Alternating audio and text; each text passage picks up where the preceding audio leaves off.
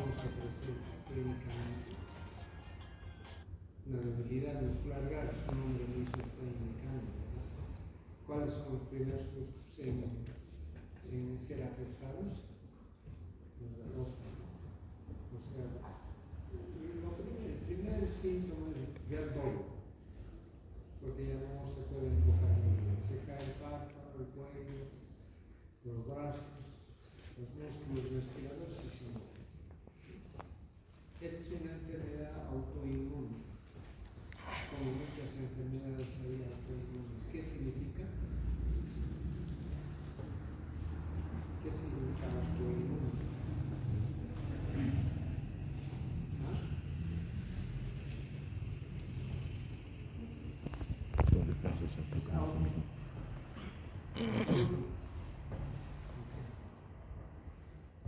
¿Qué significa?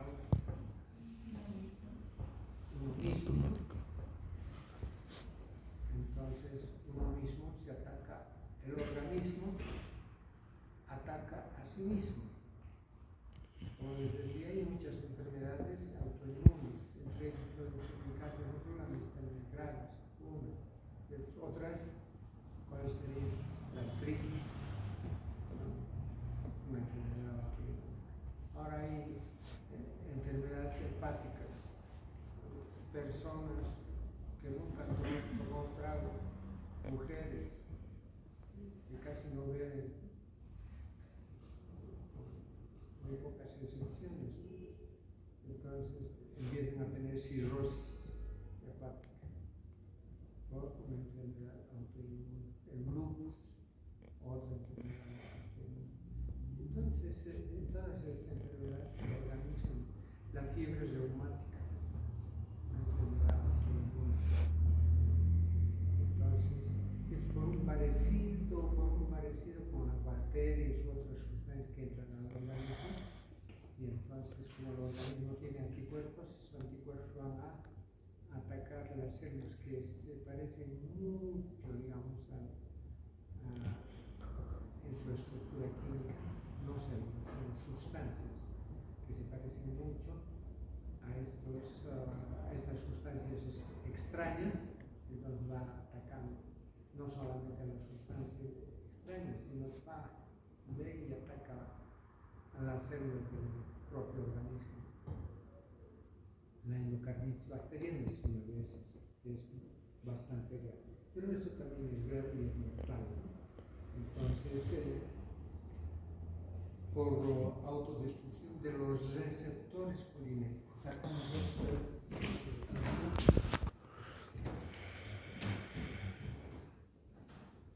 Acá vemos esto, aquí viene el nervio para la contracción muscular, y aquí esto es la unión neuromuscular entre el nervio y el músculo. El nervio es un nervio colinérgico. Acá va a segregar acetilcolina y aquí están los receptores y se va a producir la contracción muscular. En cambio, esto aquí está medio destruido, casi ya no tiene receptores, ¿no? Entonces, como no hay receptores, entonces hay debilidad muscular de la acetilcolina ya no. Entonces, es en sí, digamos, eso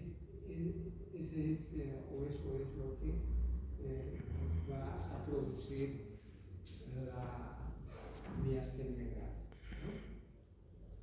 Entonces, ¿cómo conocen las complicaciones emergentes de la condición patológica de la miastenia grave?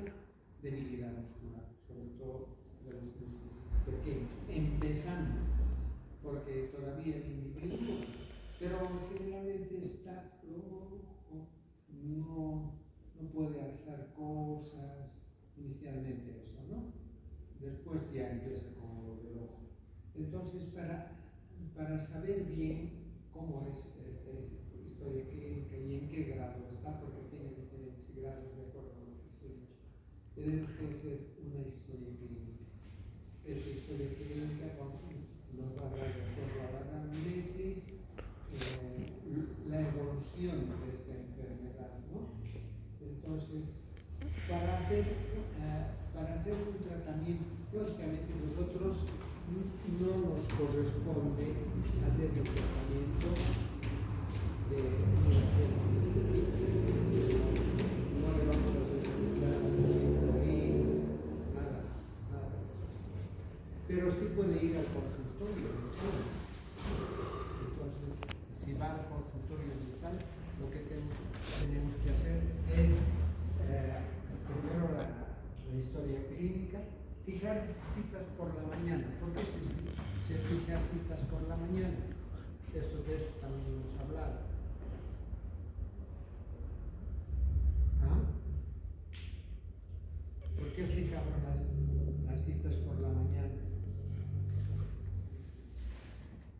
Ya les he dicho que cuando uno duerme, se recupera, se resintetiza la acetilcolina. Entonces, por la tarde, por eso viene el acordamiento y por eso también viene el sueño. Cuanto más actividad física haga uno, mejor duerme, porque necesita dormir, necesita reponer ese transmisor químico. Hemos dicho que la acetilcolina se desdobla, ¿no? En ácido acetilcolina. La colina vuelve al nervio para transformarse nuevamente, se acetila y otra vez se forma acetilcolina y otra después. Generalmente eso ocurre, digamos, cuando el organismo está en reposo, en descanso. Entonces, en la mañana hay abundante acetilcolina, en la tarde no. Entonces, cuando citamos a un paciente que está con acetilcolina o que tiene miastenia gravis, entonces tiene que ser las citas por la mañana, no por la tarde, ¿no? El tratamiento, los tratamientos deben ser cortos. ¿Por qué cortos?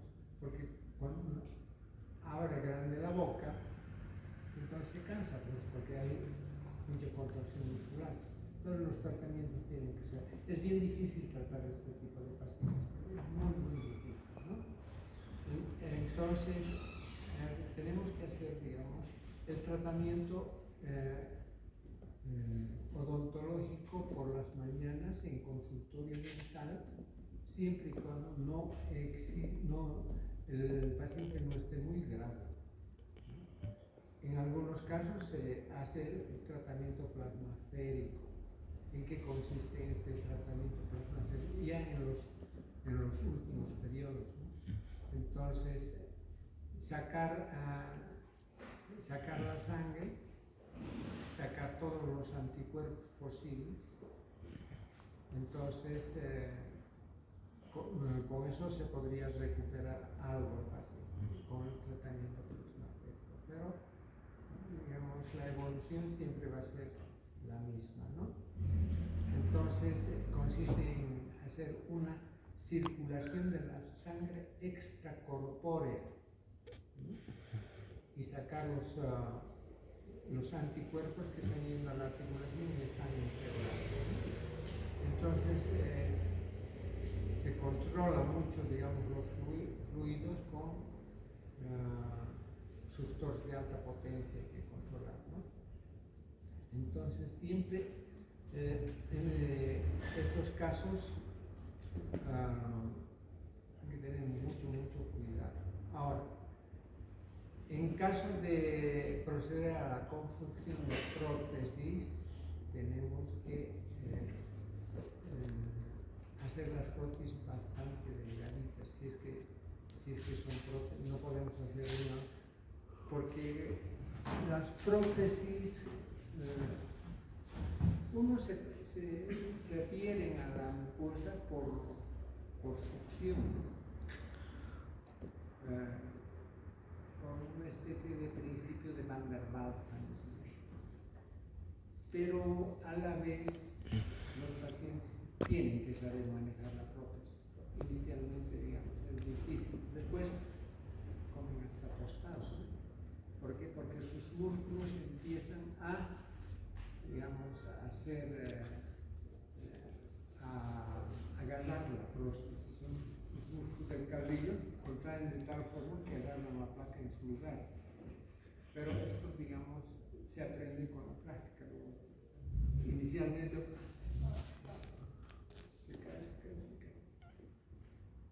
acuerdo? Entonces tienen que saber manejar también los pacientes. Así no tiene mucha adhesión, pero está bien. Fija la práctica.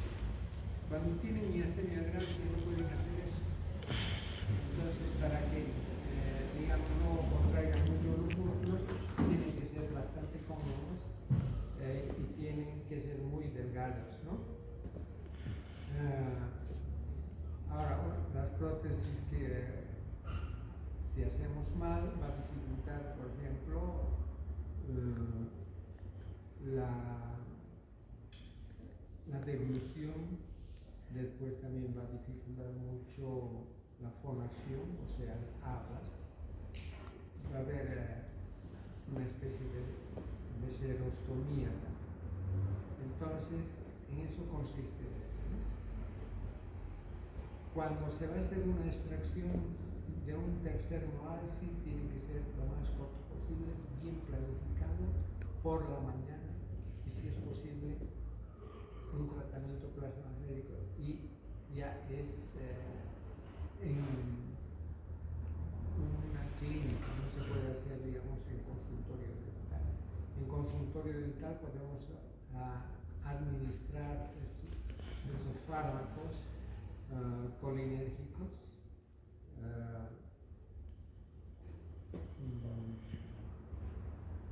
bueno, para empezar también el tratamiento. ¿Qué fármacos damos?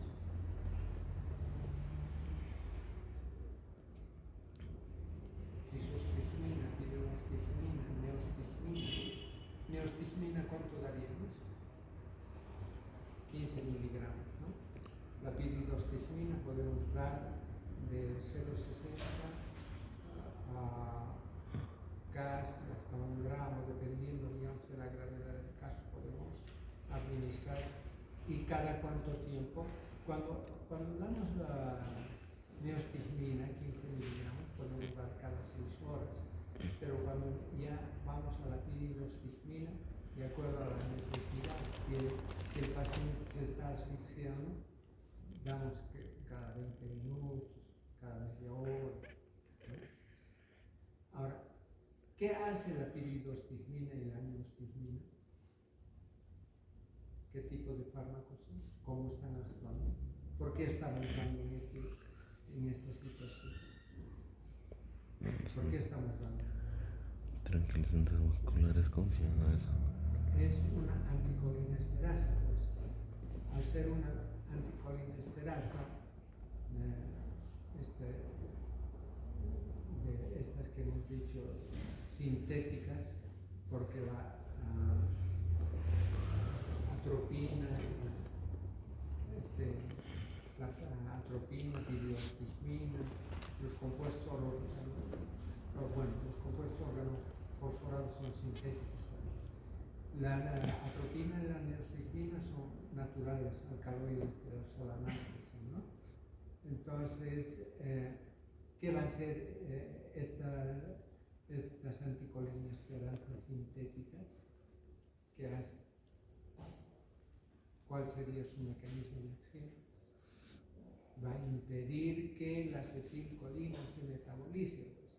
Entonces, si la miastenia gravis es por falta de receptores, no es por falta de acetilcolina, la acetilcolina está normal ahí. ¿Qué es lo que falta? Los receptores. ¿Qué es lo que falta? Acabo de decirles, los receptores son destruidos, ya no hay receptor. Y si no hay receptor, la acetilcolina, por más acetilcolina que exista, entonces que no se contrae. Pero si hay mayor abundancia, los pocos receptores de acetilcolina que han quedado, entonces con harta presencia pueden, digamos, mantener un poco el tono muscular, ¿no? Entonces les alivia este fenómeno. Entonces, esos dos fármacos vamos a dar en estos casos de la miastenia grave. Ahora, ¿qué utilizamos para producir una disminución de la sensibilidad dolorosa. ¿Qué utilizan? ¿Ah? Anestesia, pues, ¿verdad? Entonces, ¿qué bloquea la anestesia? Los nervios sensitivos, ¿no? Pero también los nervios motores. O sea, cuando anestesiamos, por ejemplo, el labio, no el labio, el canino, y metemos a nivel del ápice del canino, entonces las terminaciones nerviosas del nervio facial también se bloquean y entonces el labio se cae. ¿No? ¿En serio? Se ha paralizado. O sea, los anestésicos no solamente bloquean los nervios sensitivos, sino también los motores, los mixtos y los nervios autónomos, simpáticos y parasimpáticos, todos los nervios, porque la conducción nerviosa es la misma. Y cuando anestesiamos, bloqueamos, producimos una sección fisiológica del nervio. O sea, el nervio, ¿cómo transmite el impulso nervioso? A través de la despolarización, ¿no? Entrada de sodio y salida de potasio. Entonces van despolarizándose y después repolarizándose. Baja así, como onda, ¿no? Entonces, en una parte de la onda está, digamos, despolarizado. El sodio está fuera, el potasio está dentro. Y después el sodio entra y sale el potasio. Entonces, a nivel del músculo sucede lo mismo y con los mismos electrolitos, sodio y potasio. Entonces, los anestésicos, si dan una dosis normal de anestesia, entonces puede que tenga efectos no solamente a ese nivel, sino a nivel sistémico, porque se absorben también los anestésicos en todo, se distribuyen por todo el organismo, solamente que no llega a inactivar los otros nervios porque la cantidad es muy poca. Es por eso que damos en el anestésico vasoconstrictor, adrenalina, para que se localice ahí y la anestesia sea profunda y duradera, porque sin vasoconstrictor sería muy fugaz, y es muy fugaz. En muchas condiciones se recomienda la utilización de anestesia sin vasoconstrictor. En este caso, ¿qué estamos pidiendo? Que el anestésico sea, digamos, no sea un éster, porque el anestésico éster va a bloquear por excelencia, digamos, también la terminación a nivel neuromuscular, va a relajar, va a producir parálisis. Entonces es como digamos, principalmente aminas. Las aminas, tenemos la silocaína, lidocaína, etc. El único éster es la procaína. Eso vamos a llevar con detalle cuando estemos hablando de anestésicos locales. Entonces, en sí, no dar procaína, quiere decir, ¿no? Porque puede empeorar. Tiene que ser con vasoconstrictores. No podemos dar sin vasoconstrictores. ¿De acuerdo? Entonces, ¿qué más tenemos que tener en cuenta en la administración del anestésico? Evitar la inyección intravascular. Pero la cosa es que cuando cualquier inyección, sea muscular, sea en la mucosa, hay el riesgo de administrar en vaso. Por ejemplo, cuando estamos dando una anestesia inferior, en el dentario inferior, podemos administrar en vaso. ¿En qué vaso? Los vasos que acompañan al nervio dentario, ¿no? Entonces, cuando damos en vaso no se anestesia porque se distribuye rápidamente por todo el organismo, ¿no? Entonces, uno de los fracasos de la anestesia es administrar en los vasos. ¿Y qué hacemos para ver si estamos dando el vaso o no estamos dando el vaso? ¿Qué hacemos? ¿No han hecho la práctica de intramuscular? ¿Glúteo? Sí, pero... ¿No han hecho? Sí, me he dicho. ¿Han hecho o no han hecho? Sí. Y si han hecho, ¿qué es lo que les ha quedado? ¿Qué hacen para ver si está en vaso o no está en vaso? Un poquito hay que aspirar, y cuando se da acá también, en el dentario inferior, hay que aspirar un poquito, porque el riesgo es alto de producir una anestesia o administrar en vena, ¿no? Porque se tiene que administrar en el sitio para que se infiltre por los tejidos y llegue al nervio, porque no siempre damos en el nervio la anestesia. Por eso se espera un rato que se infiltre la anestesia, que vaya hasta el nervio.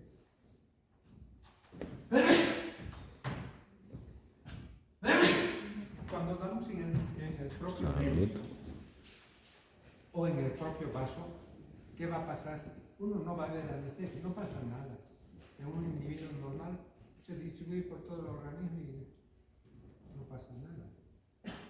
Pero si damos en vaso, no se va a anestesiar. No se va a anestesiar. Entonces... No se anestesia. Entonces, tenemos que cuidar eso. Segundo, ya les he dicho, utilizar anestesia con vasoconstrictor. Tercero, darle la menor cantidad posible. O sea, ¿cómo podemos dar la menor cantidad posible? Si es a nivel del dentario inferior, solamente administrar la mitad. Y si es que si es que vamos a hacer un tratamiento dental, entonces podemos administrar la anestesia intrapulpar o ligamentosa. De tal manera que con esa técnica de anestesia damos una gotita se necesita para anestesiar, no se necesita más. Entonces recurrir a este tipo de anestesia que se llaman anestesias complementarias, como su nombre indica, complementa. Cuando no se puede anestesiar, sigue con la sensibilidad, que puede deberse a muchos factores, que no se pueda anestesiar un diente, ¿no? Entonces, esos factores los vamos a estudiar con mucho detalle cuando estamos llevando anestesia local, ¿de acuerdo? Entonces, tenemos que dar poca cantidad, utilizar si fuera posible anestesia complementaria, ¿no? Ahora, en caso, digamos, de que necesitemos anestesiar, podemos recurrir a otro tipo de anestesia que sería la anestesia general, ¿no? Pero solo con óxido nitroso, no con alotano, hidroxifluorano, influorano, isofluorano, cualquiera de estos anestésicos nos va a producir cierto grado de relajación muscular. Bueno, con esto hemos terminado lo que corresponde a... nos falta hablar sobre relación con la administración de otros medicamentos, o sea, la interacción medicamentosa. ¿Con qué fármacos se interrelacionarían? Con todos aquellos fármacos que nos van a tener efectos curarizantes. Y dentro de ellos tenemos muchos fármacos, ¿no? Muchos fármacos. Primero, los anestésicos locales, después los antibióticos, de diferentes tipos de antibióticos. La streptomicina, la canamicina, la neomicina, después las quinolonas. Todos esos antibióticos nos van a producir, o dentro de su efecto, está el efecto curarizante.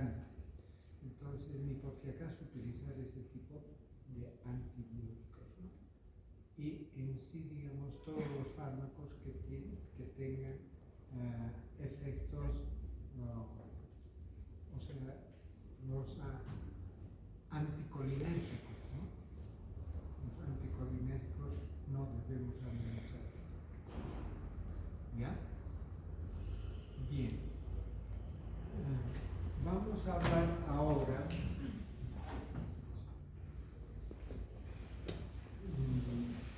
de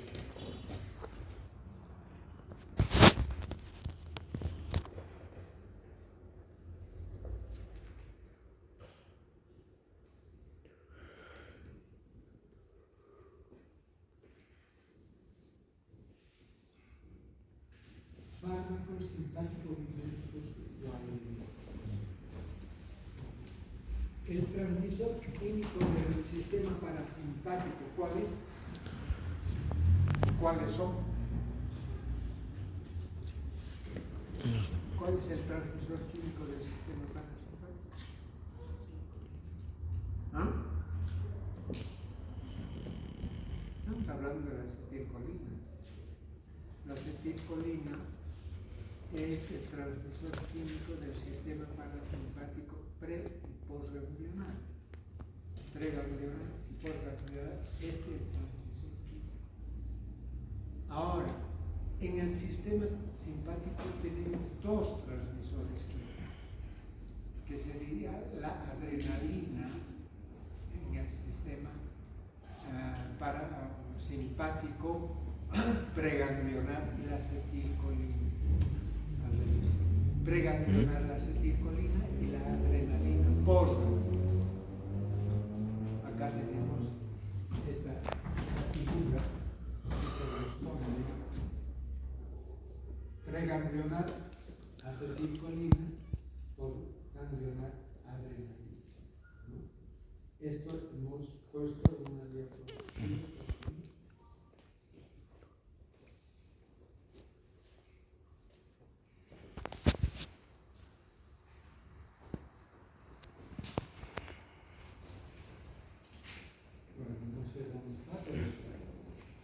Entonces, es la adrenalina. Origen y química de la adrenalina. La adrenalina puede ser de origen sintético, pero en el organismo es de origen natural, ¿no? La adrenalina es la hidroxifenil, puede ser hidroxifenil etilamina. La adrenalina es menos esto. Y tiene, en el grupo fenilo tiene dos oxidrilos. La adrenalina se sintetiza a partir de la tirosina. ¿Qué es la tirosina? ¿Qué es la tirosina? ¿Ah?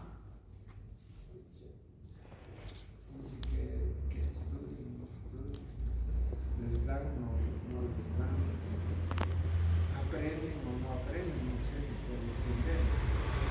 ¿Qué es la tirosina?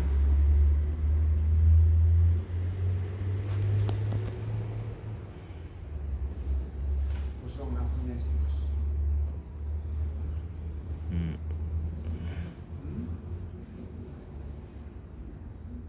¿Qué esenciales?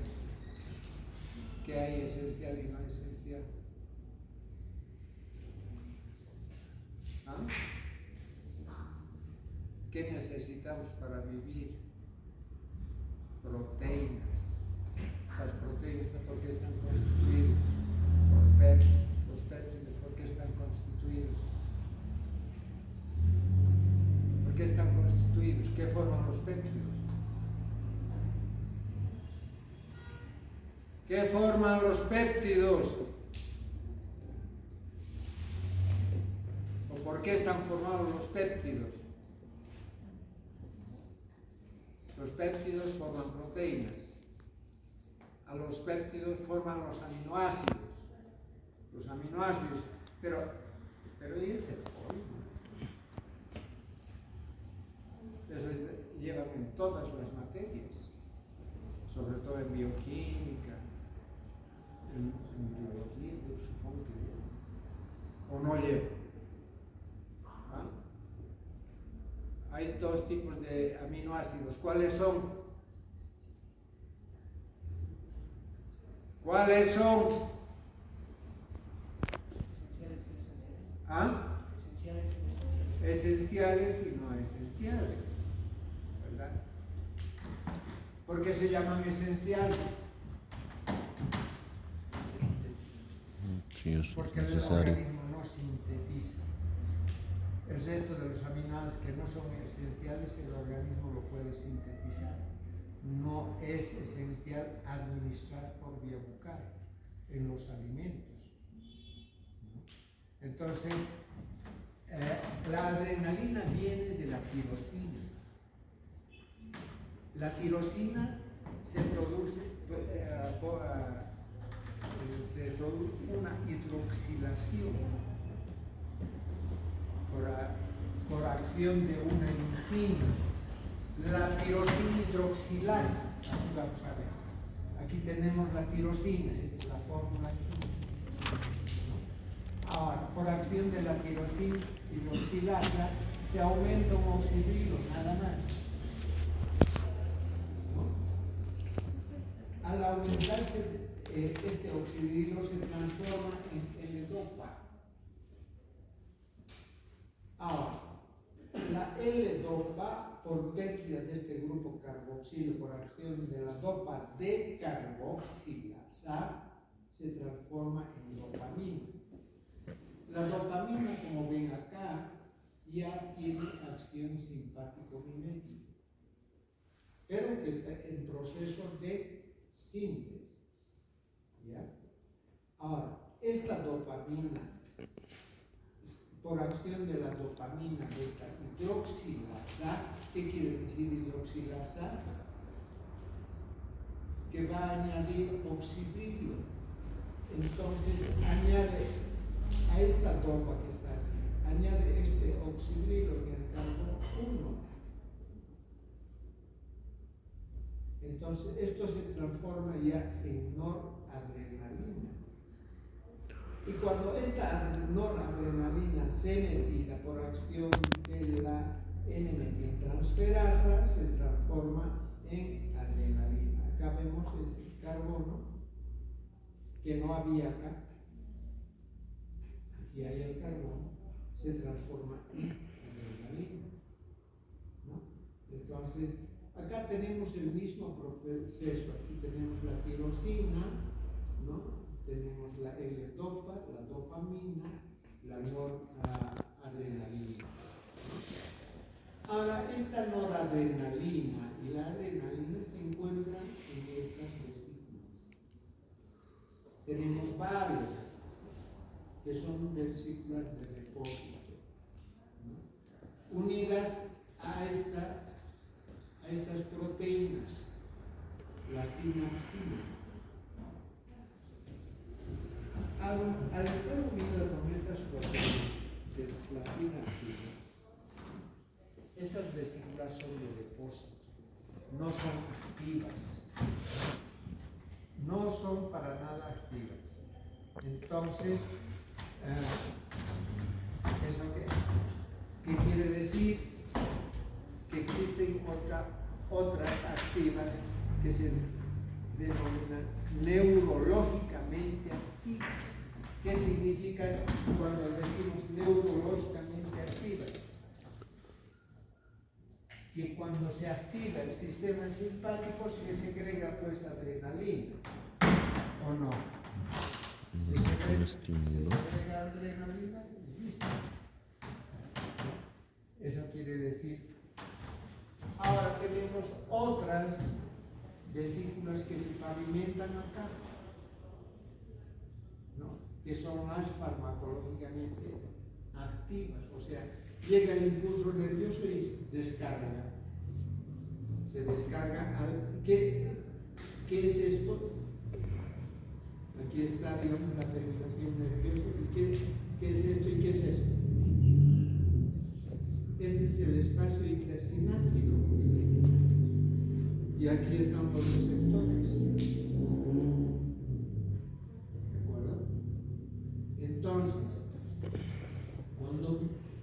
Viene el impulso nervioso. ¿Cómo es el impulso nervioso? ¿Cómo viene? Rápido. ¿Ah? Acabamos de hablar. Les he hablado de la anestesia. Les he hablado de la unión neuromuscular. Lógicamente que acá no hay unión neuromuscular porque solamente la acetilcolina tiene acción nicotínica a nivel del sistema nervioso central y a nivel muscular. La acción nicotínica. La muscarínica es de todos los órganos internos. Los órganos internos están inervados tanto por el nervio simpático como los nervios parasimpáticos.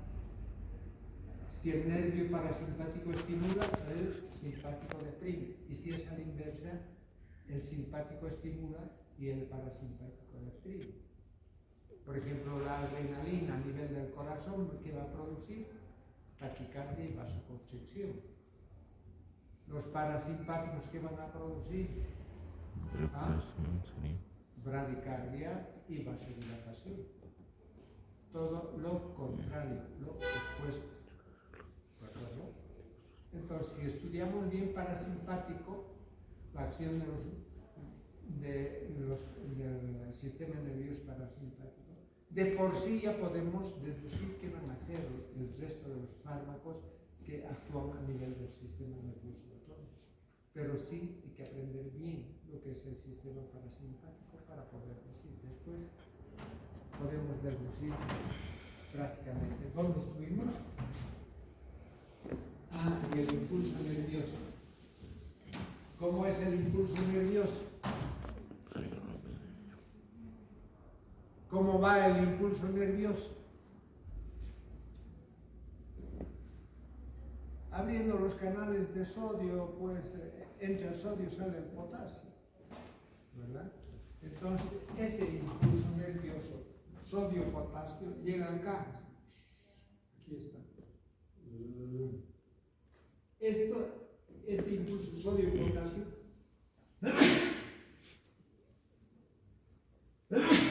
que va a ser, hace que entre el que esté entrando. Calcio. Calcio. El calcio. El calcio. Este calcio que hace va a desprender ¿qué cosa? ¿Qué es eso? ¿Qué hace esta sinapsina? Estabiliza, haciendo de que este depósito, este pool que se llama en pool, bueno, pool significa piscina, ¿verdad? En inglés. Sí. Pero de acuerdo a la descripción de los que estudian esto en mucha profundidad, los investigadores, los llaman piscinas. Nosotros les llamamos vesículas de depósito, porque aquí están depositadas. ¿Qué cosa? Es lo mismo para la adrenalina y la acetilcolina, el mecanismo, digamos, de liberación y ese mismo, ¿no? Entonces, estos por acción, llega el nervio, entra el calcio va a sacar esta sinapsina fuera, lo deja solita la vesícula. Estas vesículas se transforman de depósito a neurológicamente activas. Va a ir ahí, ¿y qué va a hacer? Va a liberar estas proteínas y va a producir el vaciamiento, el espacio intersináptico de la adrenalina.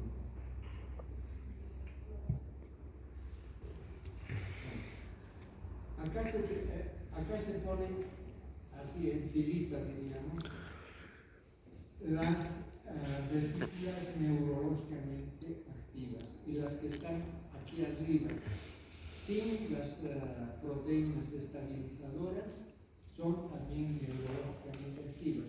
Viene esto y se pavimenta y libera. Entonces, de acuerdo a la cantidad de impulsos que lleguen por el cerebro simpático. ¿Está claro? ¿Está claro o no está claro? ¿Está claro o no está claro? ¿Ah? Ya. ¿No? Entonces, se libera al espacio intestinal. Tenemos noradrenalina. Muy bien. ¿Dónde va la adrenalina o la noradrenalina? Generalmente acá es la noradrenalina. ¿Dónde va? Receptores. ¿Dónde va? Pero miren pues las flechas. ¿Dónde está yendo? Esas flechas verdes. Al receptor, pues.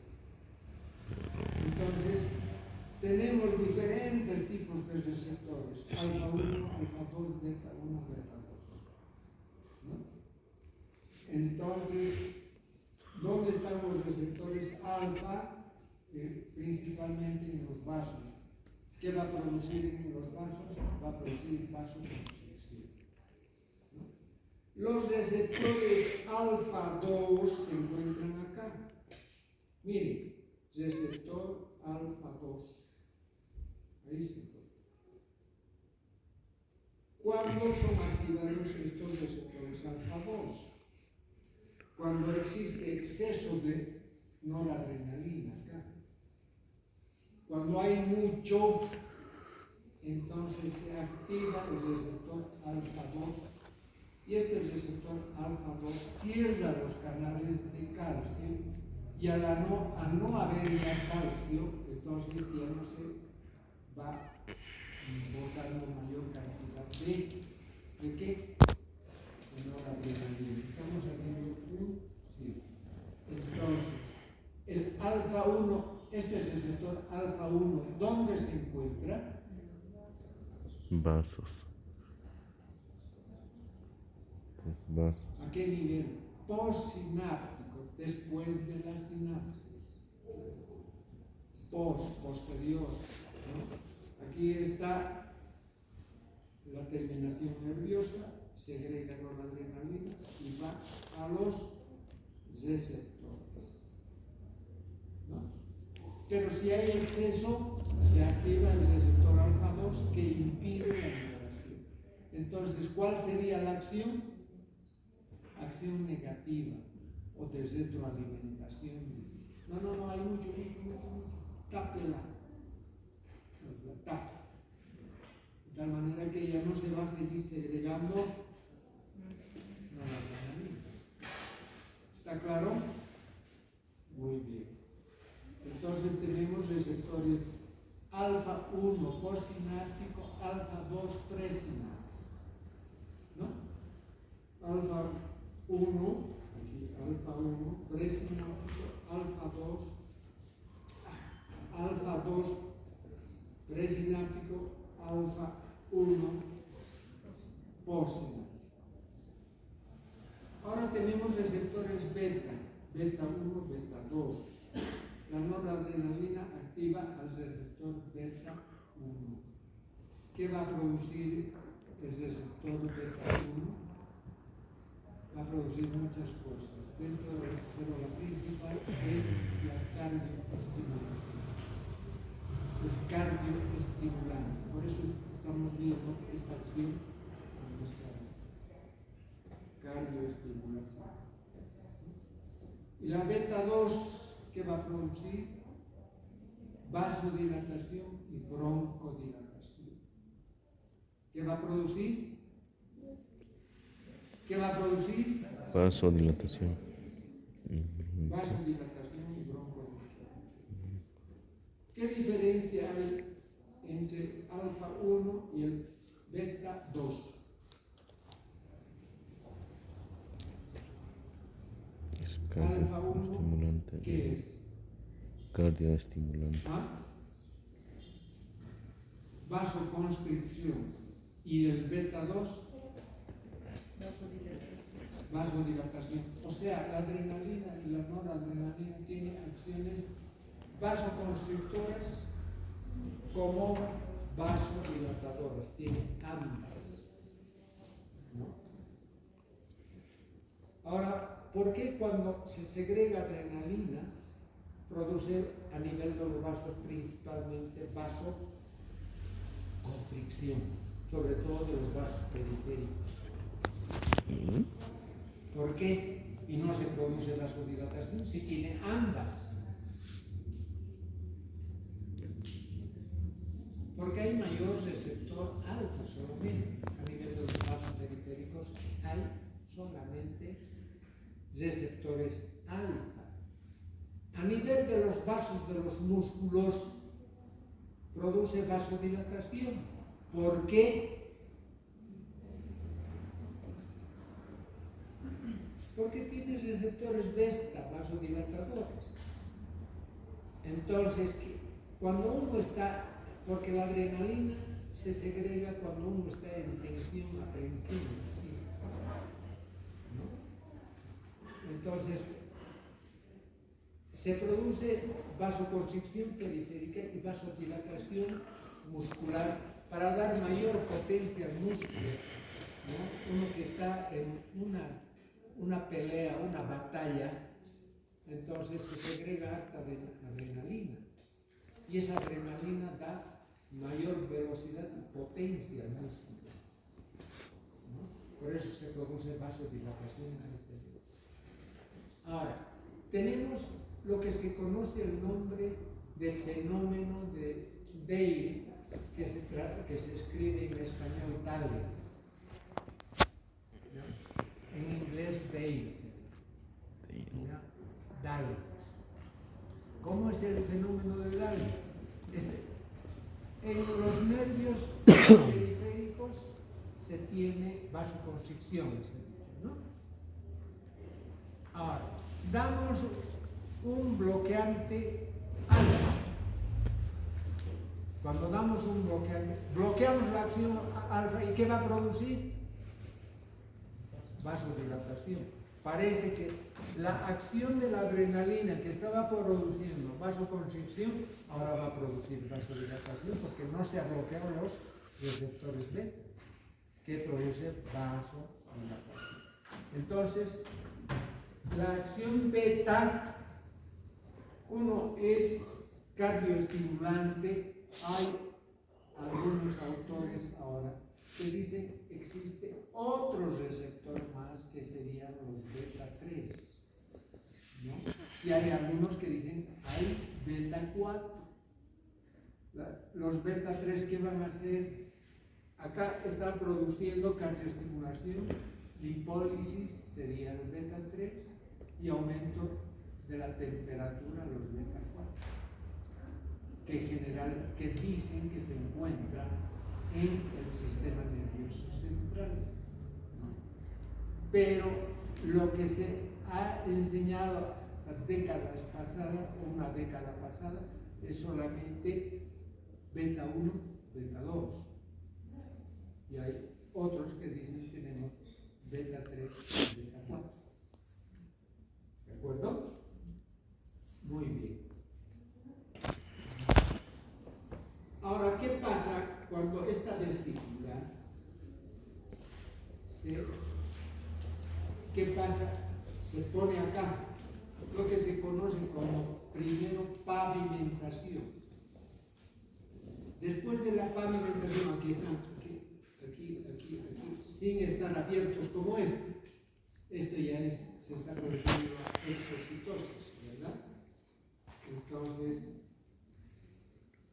para poder abrirse,